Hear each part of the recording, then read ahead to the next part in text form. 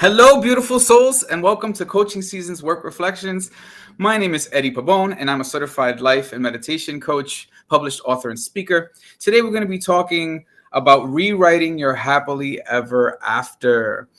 We have a very special guest. This person emulates so much light and love, and I'm excited to have her on. She's a doctor of clinical psychology and creator of the Soul Risers platform on YouTube, Somia Kshatriya. Please join me in welcoming her. Hello, Somia. How are you? Hi, Eddie. So good to be here today. So good to see Hey, you. I'm excited to have you. That smile, look at it. It just emulates so much light and love. So so Somia, doctor of clinical psychology. This is why I'm really excited to talk to her. We are going to get right to it. We have a lot to cover today, and we are going to be talking about trauma. And those of you who have Mhm. been watching the videos that we've been making, I'd love to get into our childhood and why we do the things we do, why we act the way we act, and why we have so much light and love to give, but we, for some reason, fall into these ruts of overthinking and low self worth, right? And so today, hopefully, we can get you some information that will empower you to dig deep, have some self-awareness, but hopefully be empowered by the end of this video to know that you have so much limitless light, love, and potentiality. Somia, Yes. uh, what made you want to study psychology? It was a calling I received when I was in my third year of undergraduate degree. I was working at a mental health institute with adolescents with severe mental illness, and I realized I saw them cutting and witness all sorts of trauma, like, very, very severe forms of trauma from abuse to neglect to household dysfunctions. And I started questioning and thinking, like, if I was in their shoes, would I be any different? And I realized that this is exactly what I want to do. I felt the feeling of connection with them, and I was like, this is my area. This is what I'm going to do in my life. That work is really important work. So thank you for doing what you do. It's really it's important that people like you exist, right? Because people like me or childhood Eddie, right, growing up, needed people like you. And when people like you came along, it shined the light and gave us people like us hope. So thank you for doing the work that you do. Folks, if you are watching, if at any point you have any questions for myself or Somia, please feel free to interact with us, get into the chat. But when you and I met, Somia, you had mentioned that while you were in school, you wrote a paper on what it means to be happy. Yes. I'd love to talk about that. Can you tell us a little bit about that? Yes. So, when we talk about happiness, Eddie, and even the title of our talk, which is Rewriting Your Happily Ever After, I would say that it's a little indirect in the way people aim for happiness. If happiness is sort of your direct goal, then it kind of like leaves you hanging on the surface of things.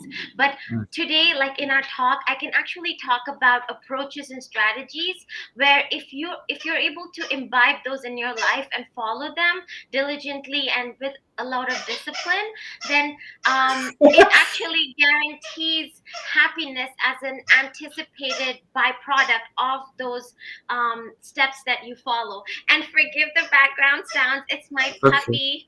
I knew it was a pet. It's okay. It's fine. They love to chime in when we're talking about these things. Yes. So yeah, so it's funny that I like what you said, and just to revisit, when you're coming from a place of seeking happiness, then you're already coming from a place of lack, essentially, right? Is what I heard you say, and so it's really important to understand that happiness is really a subjective experience. It's up to the individual, and it lies within, right? So you're capable of achieving it at any time, but for whatever reason, we seem to veer off into other places, right? So the title of our talk today is Rewriting Your Happily Ever After. But before we get to the whole writing and the happily ever after piece, we have to start from our origins and our beginnings, right? Every story has a beginning, middle, and end. the beginning of your story is so imperative to who you are. It's important for you to explore that, and it will determine how you function in your day-to-day life, your behavioral health attitudes, your health outcomes, and the relationships that you have in the lifestyle that you live. Um, and so today we're going to be talking about ACEs and childhood trauma, which is something I'm really, really passionate about because I believe this is the single handed most important topic of the world. Like, that if we could address things that are going on in the household and childhood experiences for and make things better and improve health outcomes that way, then we would see a much different world. Like, if we taught, I think it was who was it that said if we taught every child to meditate, then we would see no more wars in our lifetime. That's a beautiful vision. So aces, what is an ace? Can we talk about that? Yes. So, if anyone is oriented to the scientific world and research in this area, an ACE stands for Adverse Childhood Experience. And these are traumatic experiences that people have witnessed in the first 18 years of their life. And it Mm, can be divided into three broad categories: abuse, neglect, and household dysfunctions. mm, Household dysfunctions like criminal history in the family, or mother maltreatment, or abuse from the dad. Any of those factors fall into these adversities. And Eddie, what you said earlier, like ACE is one of the most fundamentally important topics to discuss, is also because of the time at which people experience it. It's early childhood. That's like the most formative years. It is, right? What you experience in your childhood. I've talked about theta state before. I've talked about the first 7 years of your life being the most important, where you're just sort of like taking in information. It's like you're essentially just copying and pasting everything that you're seeing around you, and it molds who you are, right? Yes. So when you're experiencing trauma, and just to revisit what you said, Somia, things like domestic violence, incarcerated parents, dysfunction of the household, physical, verbal, or sexual abuse, right? These are all things that are considered adverse childhood experiences. And a study was done. It was done in like 1995, and many studies have subsequently passed. But people like you are spending like and dedicating your life to studying these things. So thank you. Um, but studies have been done to show that the the studies originally were done to see what the correlation was to health outcomes and adverse childhood experiences, and what they Yes. found was striking. uh, Despite your household income, or color or background, despite all those things, had you had a higher ACE score, a certain amount of childhood experiences that were adverse, then you were more likely to have cancer, heart disease, early death, Yes. or experience more adverse trauma in your adulthood. Can we Yes. talk about that a little bit? Because when I Yes. heard this, I was in tears. I watched a whole like thing on Aces, and I was like, "Oh my god, my score is so high. I'm fucked." Excuse my language. Oh my god, don't kill me, LinkedIn. But yeah. So let's talk about that Aces and the score, and what the importance of that looks like. So, when we look at ACEs, Eddie, we go back to 1997. That's when the group of researchers led by Felitti, who was the researcher, and this was back in California. They put together a study where they were curious about how adverse childhood experiences would connect with adult health trajectories, right? Mm, So, adult mental health, adult physical health. And since then, there is tons of research that really supports this idea that the higher you face adversities or different types of traumatic events in your childhood, the higher is your likelihood of experiencing long-term psychopathology. And so mm, the scale has a score of 10, and anything above 4 increases your likelihood of, having PTSD or anxiety or depression, or even, like you pointed out, physical health issues like cancer, liver disease, kidney disease, smoking. There are so many issues that the risk is heightened as your ACEs get high. But I have done a dissertation on it, and there it's not all bleak. There's hope, and I'm ready to share that with And that's everyone. why we're here, baby. Let's just spread that light. So, so so okay, before you get into that, I just, for yes. educational purposes, because a lot of times I think that there's like a disconnect, at least speaking for myself in the past, right, and for a lot of people that I've spoken with, a lot of clients that I've worked with, there seems to be a disconnect between mental health and trauma Mhm, and me, right, like old me. And when I say that, I mean that people will typically like, oh well, I don't have mental health issues. Everyone has mental health issues. If you live in today's mhm, world, you have mental health. You're facing some kind of something within. Everyone's going through something, right? mhm. So that's that. Mental illness is a different thing, but mental health is a part of life. There's that. But also, trauma and PTSD, how they're connected, and how, like, what exactly is PTSD, just for those who are watching. Yes. So I will clarify all of these concepts in a way that's easy to swallow. And as you said, Eddie, I think you were pointing at, everyone in this world is like having some mental health some interaction with mental health or the other. It's basically, in other words, you're basically saying that suffering is inevitable. Just being human makes you conducive to witnessing all types of problems. And Mm, so, yes, we do have that element of, taking care of our mental fitness like we take care of our physical fitness. And mm, so, I'll just roll on to explaining the concepts now. So I did a dissertation recently for my PhD, where I conducted a research on about 700 individuals here in America, and we were looking at the association between ACEs and PTG, and then the association and how those two are mediated by resilience, PTSD, and meaning making. And I'll just explain all of those concepts. So, PTG is called post traumatic growth, and it's a relatively new area of research, a very promising area of research.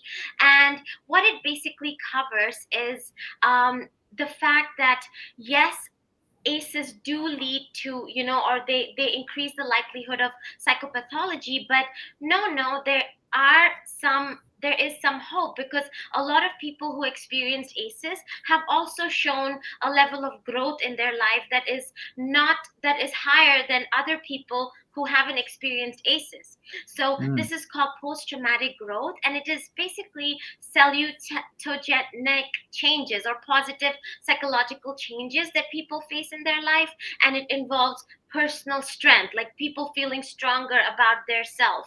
It involves appreciation for life, so their appreciation towards life increases after witnessing the traumatic event.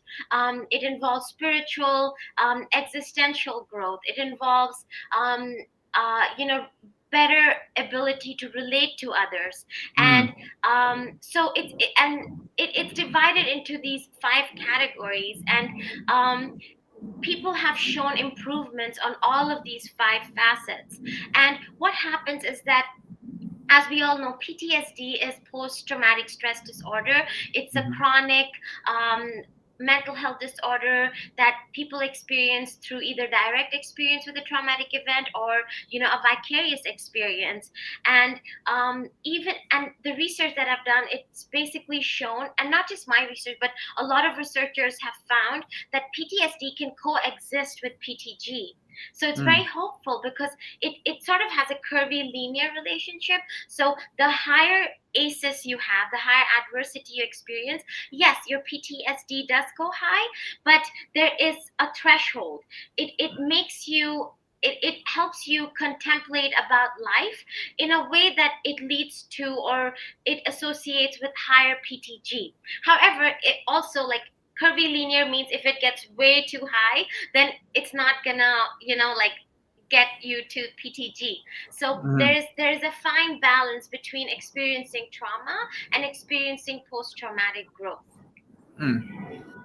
That's really important, because a lot of people who have PTSD feel hopeless, feel stuck, feel like Hmm. this is the end all, right? And as somebody who has experienced symptoms of PTSD, feeling like perhaps worried about something happening for absolutely no reason, everything is fine, right? There are a lot of people, but I've done the work. And so I've done a lot of meditation things to have the self awareness to be able to see, Yeah. okay, and have a talk with myself essentially like, Ed, you're nervous, but there's nothing to be nervous about. Just relax. It's okay. And I sort of like talk to my inner child, if you will, right? But there are folks who are out there who don't understand that they can get to that level of growth, and that they have superpowers, I like to call it, come from this perceived weakness or experience of despair. You wind up, your threshold for empathy and compassion is so much higher than the average person. You understand children so much more, and you're more likely to be that much more gentle with the people in your life that you come across, so that you because you understand, right? Um, and so post-traumatic growth is fascinating because while this is all new, I mean, 1997 was like yesterday, right? Time flies. And so it's Yeah. fresh research. Psychology is fresh research, right? It's only like 100 and something years old. But, I like to look at the whole experience of life, and the holistic approach of physical, mental health, interpersonal relationships, as like a cohesive sort of existing body that needs to be fed. And it starts with self-awareness. It starts with having talks like this, and doing the research, and educating yourself. So folks, if you're watching, please, if you have any questions for Somia or myself, please feel free to ask them. If chime in if you've experienced any ACEs, any domestic violence in your childhood, physical, mental, sexual abuse. It may be difficult to face it, but the reality is that you did, and you're not alone. There's plenty of us out here, and this is the forum for which we open up the space to be available to you, to support you in discussing and exploring it. Yes. And Go ahead. You and were going to say? yes, and Eddie, the fact that you shared, for instance, about your own, experience of the past, and also other people experiencing that, it actually inspires me so much, because you yourself have been through so much, and you wrote a book that's, like, it's called The sun will rise in the sun December. will rise in December. And I think you yourself are like a walking, talking, beautiful example of, what sets people apart.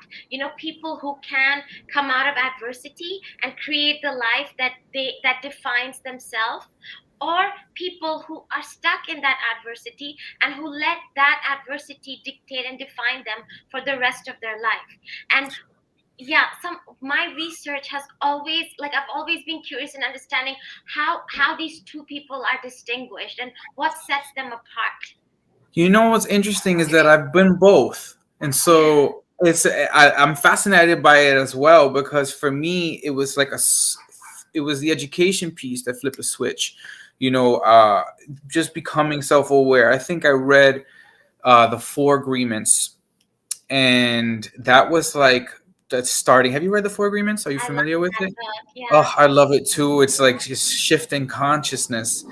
And I was fortunate enough to become a credential substance abuse counselor and go through the whole process of the education for that, where you had to explore family systems theory. That was like the first module. The universe has a funny way, folks. If you're not spiritual, you'll find karma's real. You'll find that you're always where you're supposed to be, and you'll find that you are supported on your journey, whether or not you're aware. But I always asked why, and I had all these questions. And when I went into counseling school, the answers were there, and I was just fascinated. And then there was a shift in responsibility when the awareness and the education came in. I was walking around with a chip on my shoulder. I was very angry. I felt hopeless. I felt like depressed a lot, and I was angry at the world. Like everybody, I felt like people were spoiled because people had good lives, and that was just messed up. Nobody understood me. And then I realized that there were so many other people out there who had worse, stories. Everybody's trauma is different, and there's no comparison scale, right? But people who went through things that make my life experience pale, and then I tell people about my life experience, and they're crying. So, who's to weigh what? But overall, I think the shift happened when I started to meditate and when I started to educate myself. It was just a feeling that much lighter after every session, and feeling like, okay, I'm not crazy. I'm angry because, right? And I'm feeling this way because, and right, that weight lifts off your shoulders, and then the responsibility shifts to you. And so if you're watching this, I love you so much. You are not what happened to you. You are a survivor of those experiences. You're a warrior of light and love, and you have a destiny to share your story and to empower others, or to just be your best self. And that will unveil as you continue to explore things like this with me and Somya, or your own journey. But know that you have a light within you that is so important to shine, and you are capable of overcoming that stuff. But you are also responsible for how you are managing and coping, and you have the power to make healthier choices. So, toxic stress versus healthy stress. Can we talk about that? What is the difference? Um, so it's in more formal terms, it's called de-stress and eustress, right? So toxic stress is stress that people witness, or like just basic annoyances that become consistent, and then they start bothering you, and you can see them unfold not just in your mental life but also physical life. It makes it causes inflammation in your body, or it Mm, makes you binge eat, and then the unhealthy eating habits lead to other unhealthy issues. And so that toxic stress is stress that leads to maladaptive behaviors and maladaptive health conditions. However, eustress is a kind of stress that for instance, when you're getting married, or when you're having a baby, or something where the stress is still there, but it's the outcome is good. And so mm. that's the basic difference between the two. And it's not as bad as toxic stress. It's Yeah, usually yeah, temporary. Yeah. yeah. So just to recap, if you went through a childhood, folks, where you experienced dysfunctional home, and you have a lot of angst, or you feel a lot of like sort of triggering just in life, you can be okay. You're gonna be okay. There's so many. We're gonna talk about ways to improve your health outcomes. You're here right now, so you're taking a good step in the right direction. And I wanted to talk about the importance of self-worth Hmm. in life experience, and how it relates to your individual level of happiness. Hmm. So that's a very important and very interesting idea.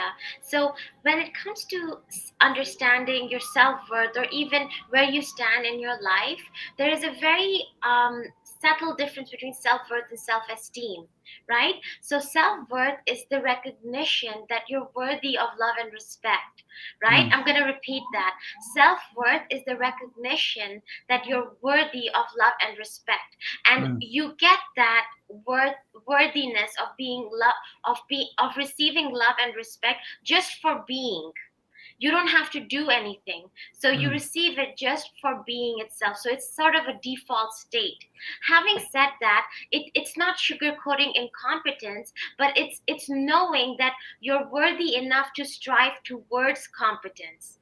And self-esteem is like how you evaluate yourself, but self-worth is even more fundamental than that. mm. And Yes. yes. And And perhaps if you grew up in a home where, if you're feeling like you struggle with self-worth, which many people do, yes. right? You have people who are very successful and have done all the things in life. I think it was Einstein, right? And Maya Angelou even suffered from things like we spoke about in our last videos, with Hmm. imposter syndrome and feelings of worthlessness and not being Yes. worthy of achieving the things that you achieve. You're not alone, and it's not necessarily your fault. It may be related to the love that you received from your parents in your childhood, right? If you didn't receive value, and if you were neglected in youth, et cetera, et cetera, then this correlates into how you think about yourself, the confidence level that you have, self-esteem and self-worth, and then that all turns into whether or not you're happy or sad Yeah. or anxious, and hopefully this is all giving you a sense of ease as you watch this, and you will come to a place like I did many years ago where you're like, "Ah, okay, now this is my car to drive, and now I'm putting in a new GPS in my destination. I'm not going to the doom and gloom. I'm going to write my happily ever after, not the one that was written for me. I'm going to rewrite it," which is why we're here today. Yes. So So, Eddie, yeah. when you say the word rewrite, right? It's Mhm. it's such it's such a powerful word because it's telling me that you are taking responsibility for being the creator of your life and stepping out of that victim mode. And that's Mm, the very beginning. So it mm. starts with awareness, insight, knowing yourself, understanding yourself, and then stepping into that creator mode and stepping away from that victim mode. I love that you mentioned this. Can we talk about this? Because there are so many people, I love you so much as you watch this, who are stuck in a victim mode. You know, they're waiting to be saved. And the reality is, you are your own superhero. Nobody's coming to Yes. save you. You have to save yourself. And that's okay because you get to write your happily ever after. But yeah, talk about what it means to have a victim mindset if you can, Somia. Yes.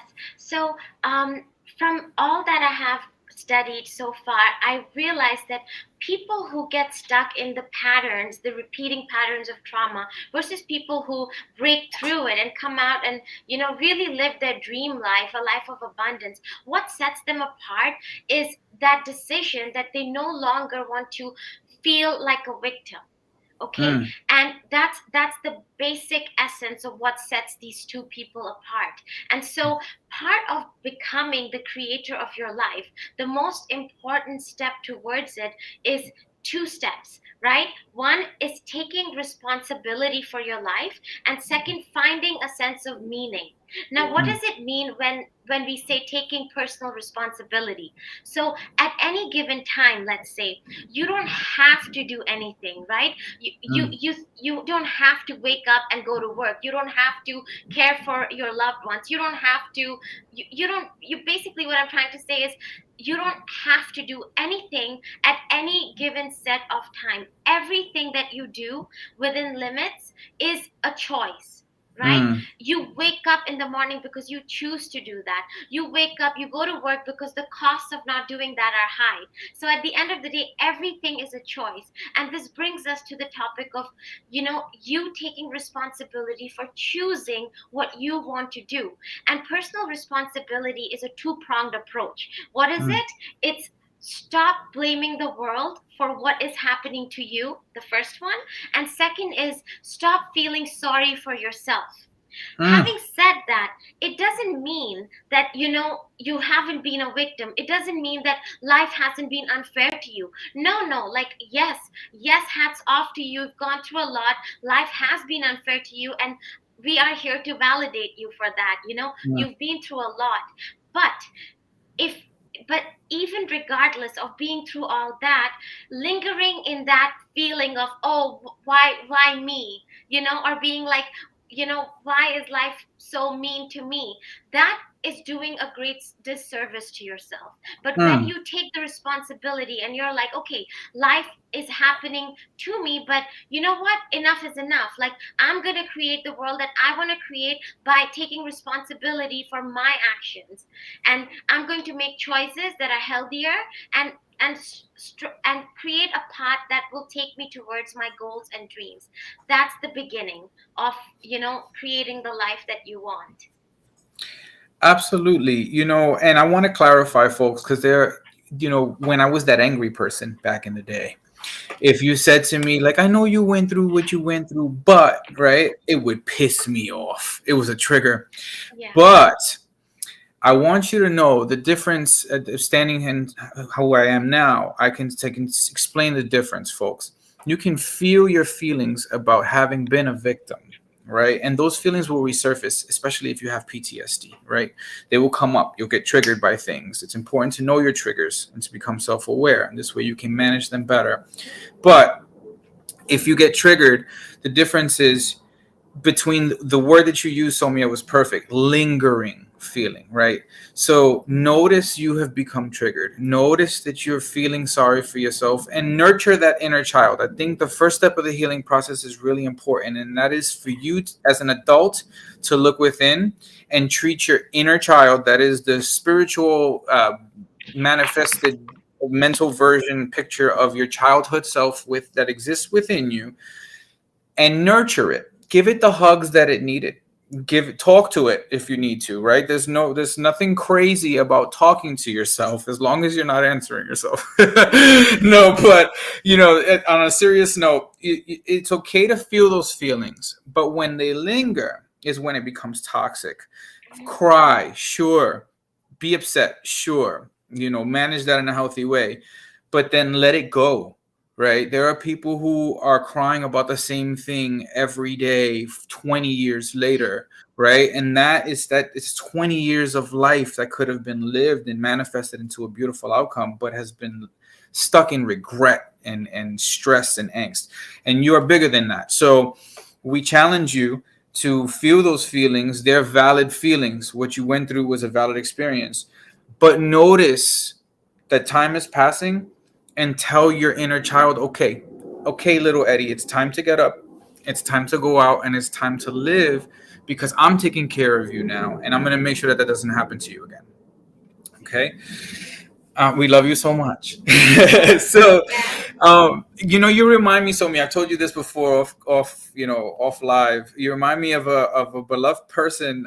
She's a Turkish woman that I met a while back, and she helped me to publish my book, Balor Su. I love you so much. She's in Turkey. I haven't seen her for a couple of years, but she had you. You're like a younger version of her, and she's so much light comes out of you guys. You don't meet people like that very often, but she talked about the importance of writing your own obituary. So before we continue with that, what was that question that just popped up? How do you build the courage to change?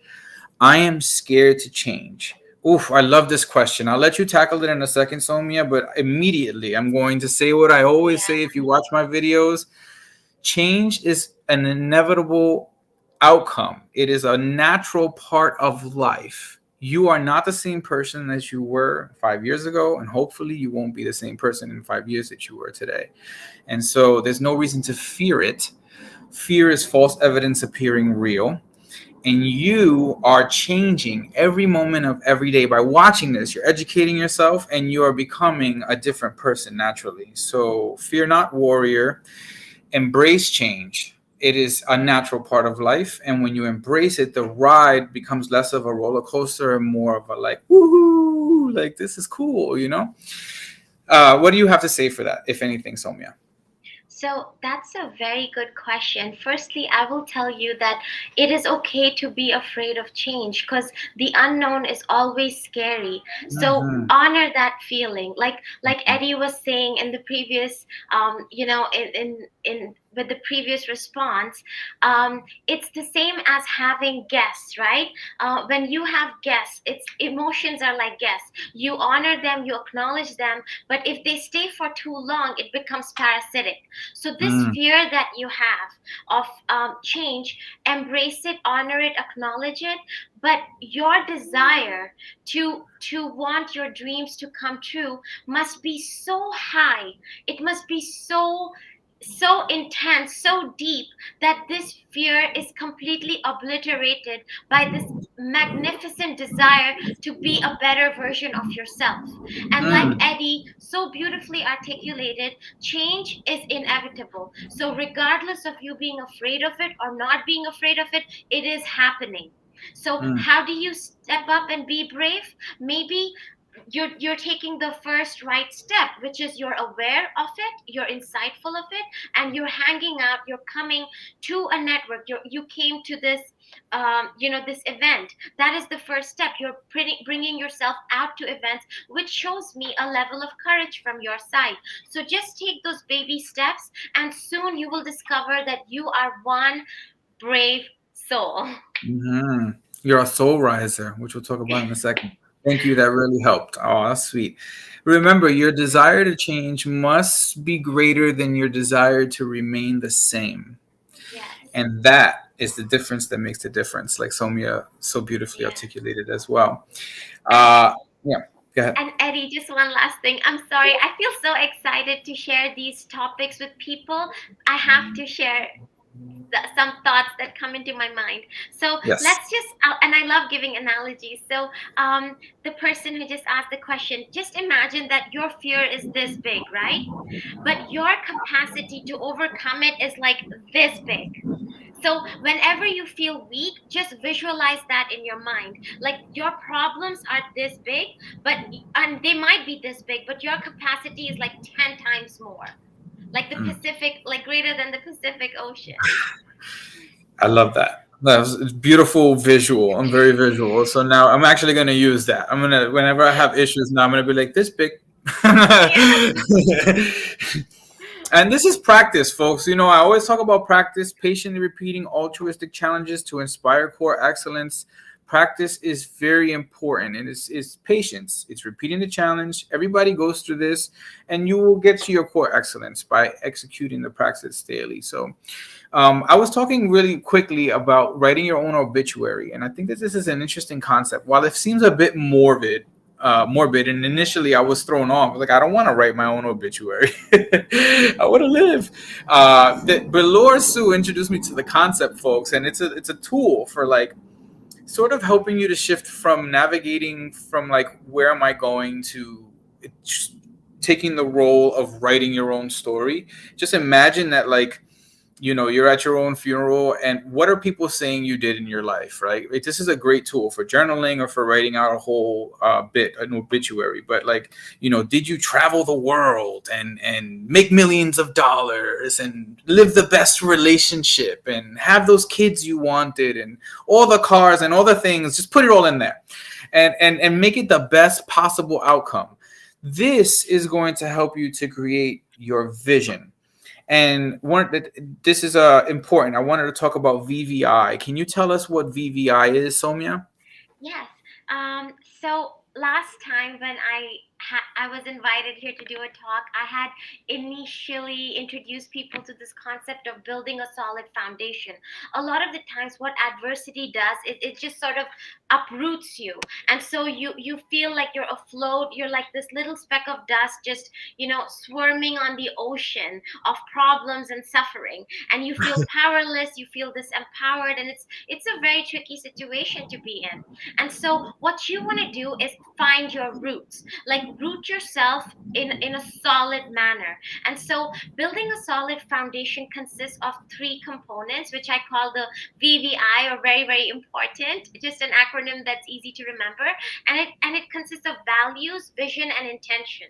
So values are, you know, what you feel is important to you in your life. So what you value, what type of behaviors you value. So it's a judgment of what's important for you to have in your life, right? And values consist of virtues and vices, right? And Mm, in if anyone's familiar with Aristotle's Nicomachean Ethics, this was a very ancient book written on ethics, and he said that virtues are any behaviors that are conducive to happiness, while vices are any behaviors that are non conducive to happiness. So, virtues are things that lead you towards a life of balance, while vices are things that lead you to a life of extremes.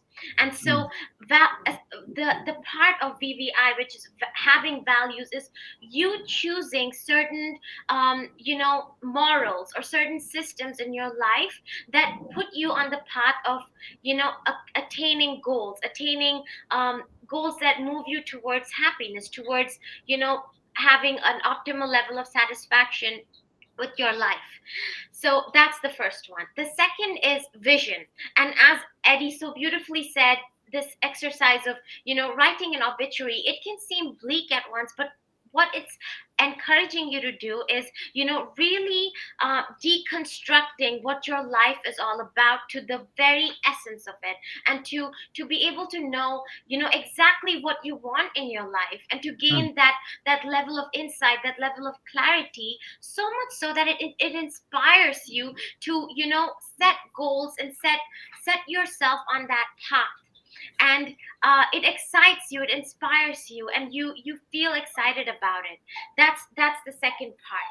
And I highly recommend this author called Michael Bernard Beckwith. He's a new world leader, and he wrote a book called Life Visioning, which is, asking yourself powerful questions when you're trying to visualize life. And when you face problems, instead of asking yourself, why is this happening to me, maybe ask yourself, what is emerging in my life because of this, mm, right? And that mm, takes me to the third step, which is in intention. So what type of everything begins with intention, right?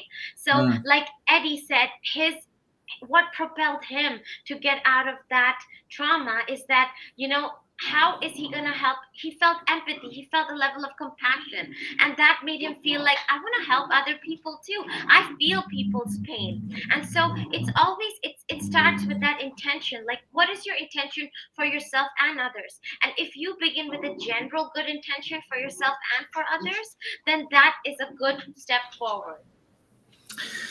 love it. Love it. Folks, y'all are getting really like golden nuggets here. I hope you're paying attention. Again, if you have any questions for Somia or myself, we have about 19 more minutes before we're going to wrap up. So please chime on in the chat. Let us know what you think. If you have any input to give, if you have anything to process, we're here holding space for you. And so I love that you said this, because what your values, vision, and intentions are going to determine how you feel. It's Mhm. very important to note, folks. One of the biggest shifts for me was noticing. I mentioned earlier that I had been angry a lot, and when I found out about ACEs, I shifted from entertaining that anger and being justified in it into realizing that I was drinking poison and forcing it down my own throat, and it was killing me, right? Essentially, metaphorically speaking, we've all heard that saying, being angry at someone is like drinking poison and expecting them to die. The reality is, when you are angry, you feel this, right? And so what you're focusing on is what you are essentially experiencing. And oftentimes when we're stuck in the past, we're missing out on the moment that exists right in front of us. So I invite you to shift your focus. One of the things that I like to do that is affirmations.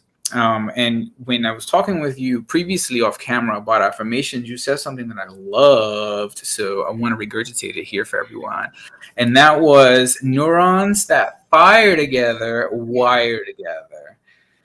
Please, can you give us a little bit of, touch on that a little So bit? So it's called the Hebb's Law. So Donald Hebb was a Canadian psychologist, and I think neuropsychologist, and he came up with this.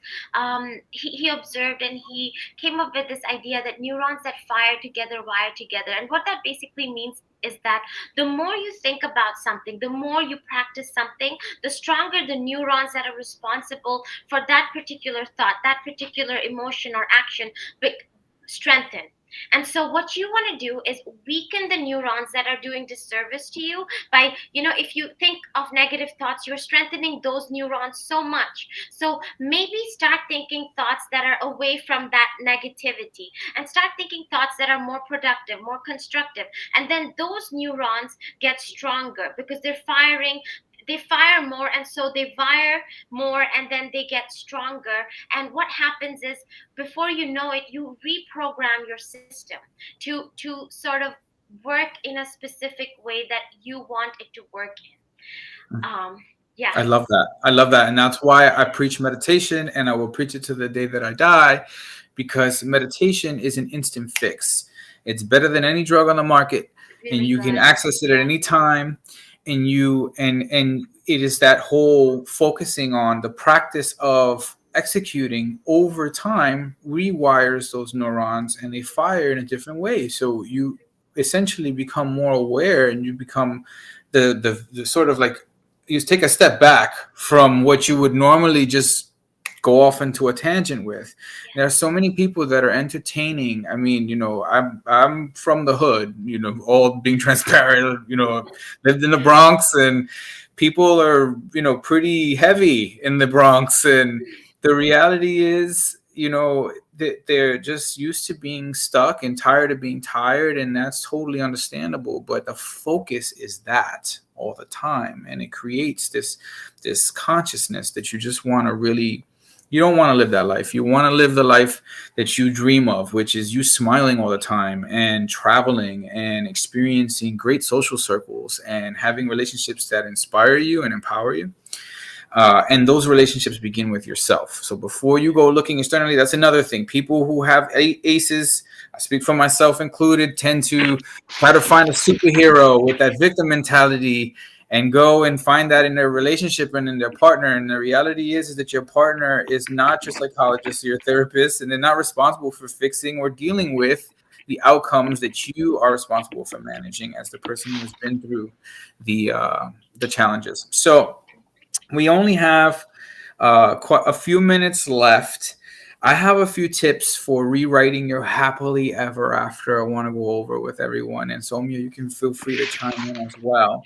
But before I share those tips, I would like to share your channel, Soul Risers. Can you tell us about that on YouTube? Um, so it's a channel I started, I think, 2 years ago because I was teaching two classes in my university called Psychology of Adjustment and Personality Psychology.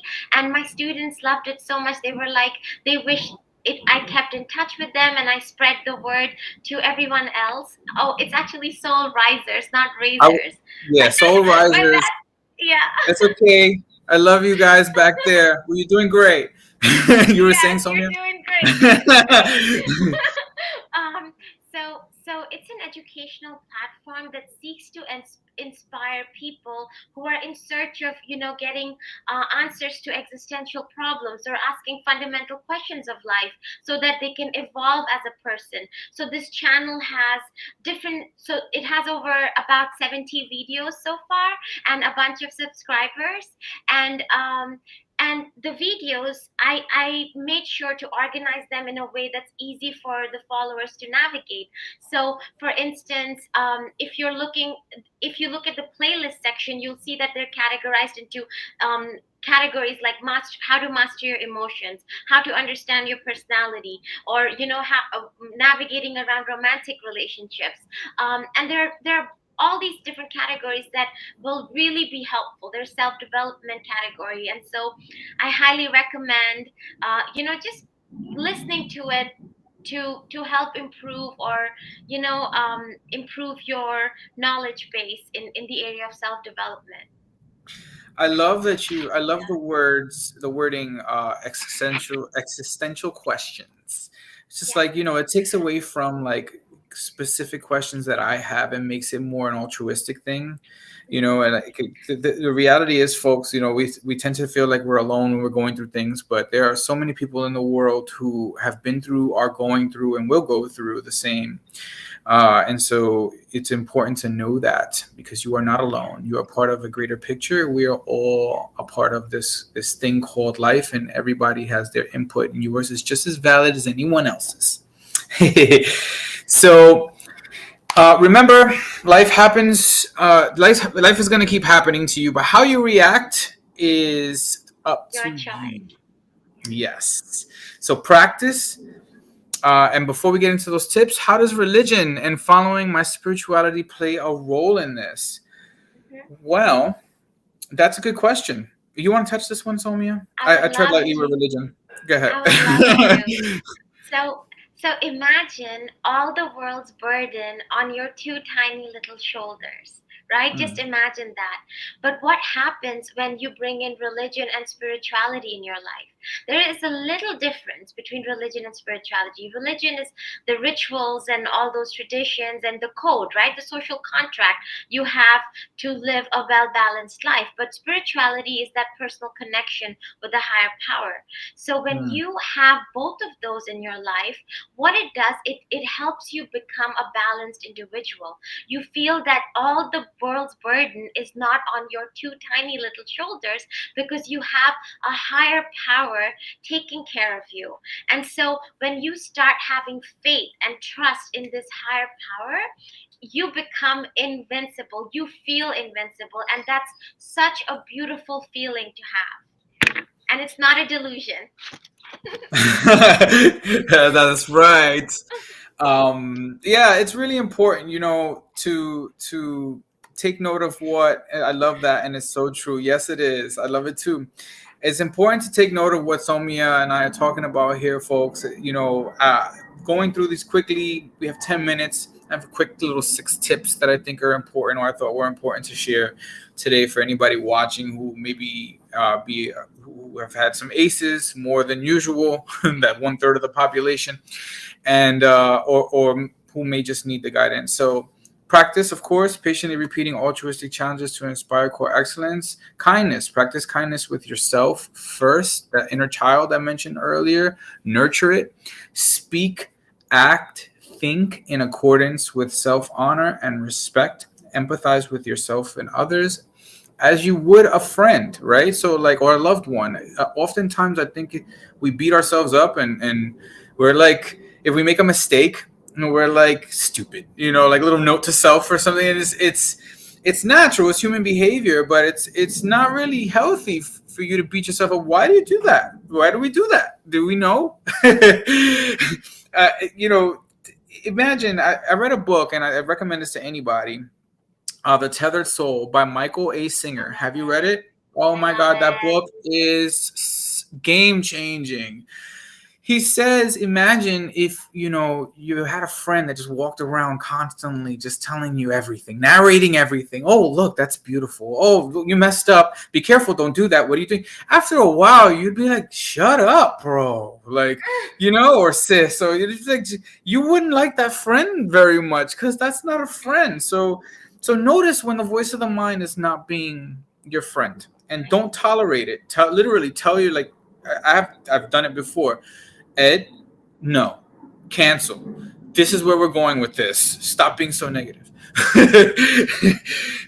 So yeah, empathize with yourself and others. That was one, as you would a loved one. Two, make a bucket list and add to it. Check things off and revisit it regularly. There's so much power in writing things down. It's almost like you're writing a contract to yourself and the universe. Three, detach from seeking validation from others and attach to seeking validation from yourself. When you love and accept yourself first, you attract those who are meant to be into your life. You attract likeness. You attract the right people.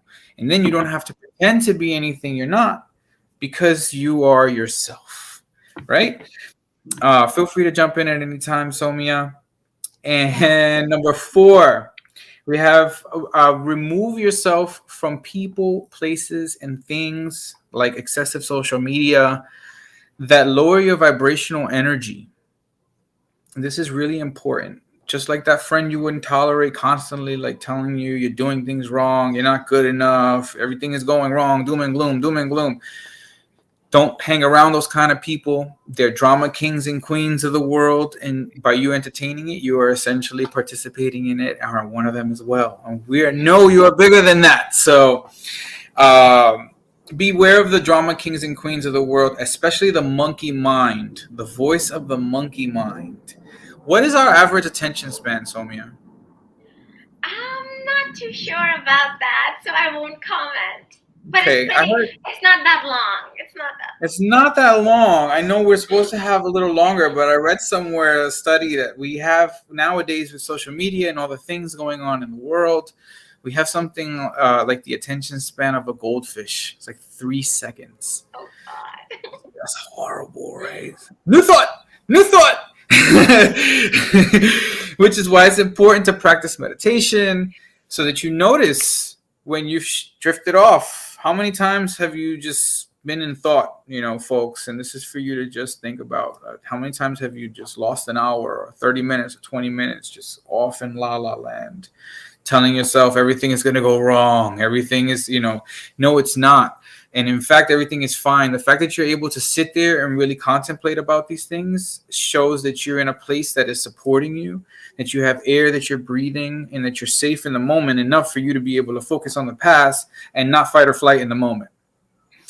And the last, which is really important, and again, feel free to add to this, Somia. We have 5 minutes left. Create support systems that nurture your soul. Sometimes it's your family of origin, and sometimes it's your family of choice. That's what I got. That's what I got, folks. Beautiful, beautiful.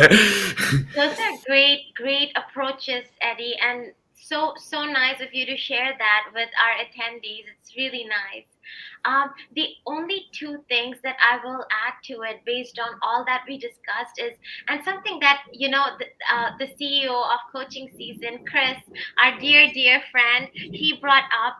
It's like, all this time we've been talking to you about, have a vision for life, like, know what your dreams are, know what your goals are. But sometimes it's okay, but if you don't know what your goals and dreams are. So in times like this, what you can do is, if you don't know what you want, at least you know what you don't want, right? Mm, So let's start from there.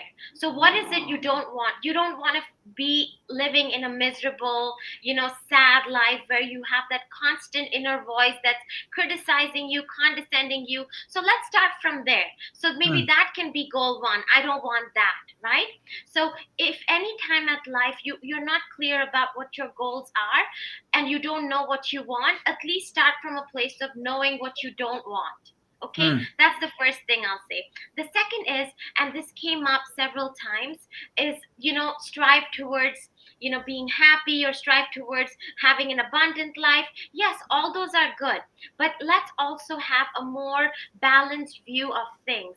So I'll quickly tell you about this psychologist called Carl Rogers, who suggested the idea of fully functioning individual. And it's important to, and what is a fully functioning individual? It's an individual who's well adjusted to life, who knows how to have a balance between strife and satisfaction. So it's mm, not all like la la land, and it's not all like, being sad, right? It's finding yourself in that optimal level of la la land and being sad. Because if you're completely satisfied with life, there's no growth. And if you're completely always challenged by life, then there's always this stunting, right? That you are not appreciating or enjoying life. And so it's important for you to like face a little bit of challenge, a little bit of nudge here and there. Don't be afraid of it. Be like, bring it on, and then take that as a challenge to turn things around, and lead towards living a satisfied life. So I that's love what that. I want to say. Like, aim for that balance, and that will lead to, an automatic. Then you won't be chasing happiness. Happiness will chase you. If you become things, you attract it. You attract what you are, more of it. And Yeah, so if you're happy, you will attract that. We have yeah. less than 2 minutes left. I want to respect your time, Somi. I know you're busy saving the world. Yeah.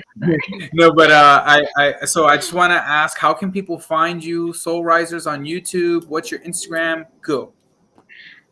Thank you for asking that. So if you just YouTube Soul Risers, you will find me. It's one word. It's not two different words. And I can also be found on Instagram.